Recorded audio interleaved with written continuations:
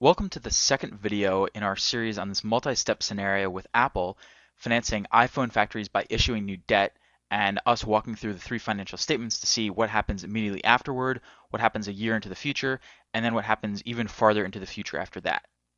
So just to recap, in the previous video, what we did was we assumed that capital expenditure spending was up by 100 because this reflected the cost of buying a new factory. And then our long-term debt was also up by 100 to reflect the fact that we're paying for this with debt.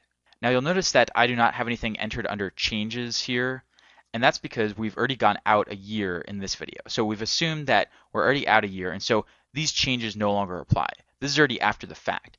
What I've done to reflect this is on the balance sheet, our PP&E number here is 300 rather than the 200 that we started with to reflect, again, the fact that we've gone out a year. So we've already spent this. This is no longer counted as a change to our capital expenditures because we've already recorded it on our balance sheet. And then on the other side, our long-term debt is now 100 rather than 0. So this is a year after the fact. And what we want to do now is figure out what changes after we've taken into account interest expense payments and then also depreciation on these new factories that we've purchased. So when you get a question like this in an interview, the first thing you want to do is confirm some of the basic assumptions. So you need tax rate, you need the interest rate on debt to figure out what kind of interest expense you're paying, and you also need to ask them what type of depreciation expense is going to be incurred by those new factories. So you need all that information. The other really important thing to get here is to figure out whether any of this long-term debt is actually going to be repaid. And I'm not going to get into all the details on different types of debt here because we're going to be addressing that later in the course in the LBO model section, but suffice to say that different types of debt have different requirements in terms of repaying the principal. So bank debt, which is one type of debt, requires you to repay some of the principal each year. High yield debt, another type of debt, does not require this, and everything matures at the end, and you owe the entire principal balance at the end of the maturity period. So you have to figure out what the treatment is here. For our purposes in this video, we're going to be assuming that this is high yield debt so that everything is repaid at the end. Nothing is owed over the course of the years that it's outstanding. And so really you're just paying interest expense on the debt instead. So let's actually go through this scenario here. I'm going to enter in some of our assumptions up here. And again, in an interview, you would ask the interviewer and say, what is the depreciation expense? What is the interest rate on debt? What assumption should I be using for that? So for the depreciation, I'm going to say this goes up by 10. So we're basically assuming here that the factories last for 10 years and that we're assuming straight line depreciation. So the same amount depreciates each year. So we have 10. For the interest expense, we have interest income here. Interest expense is the opposite of interest income. So I'm going to use a negative sign here. And I'm going to say that our interest income changes by our interest rate on debt times the 100 of debt that we issued originally. I'm just hard coding in this 100 number here, which is not ideal, but we no longer have a record of how our long-term debt changed here, so that's why I'm entering in the 100. So we have that. Now let's start with the income statement and then go through all three statements here. So on the income statement, depreciation is up by 10, so our operating income is down by 10.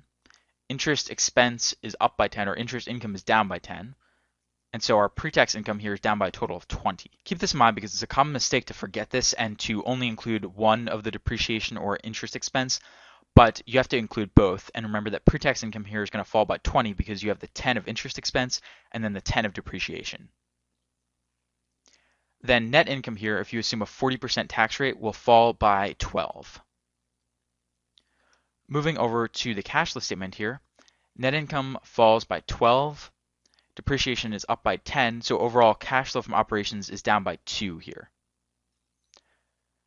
No changes to investing or financing activities. The reason is because we've already recorded the change for capital expenditures of those factories. We've already recorded the financing activities, raising the debt, so we're not going to record it twice here. So our cash here is down by 2 because our net income here was down by 12, and then our depreciation was up by 10 because it's a non-cash charge.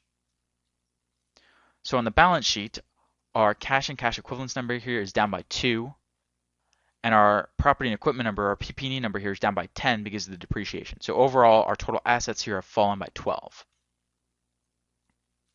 On the other side of the balance sheet, no changes to liabilities.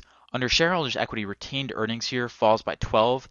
We know this because our net income on the income statement has fallen by 12. That flows directly into retained earnings.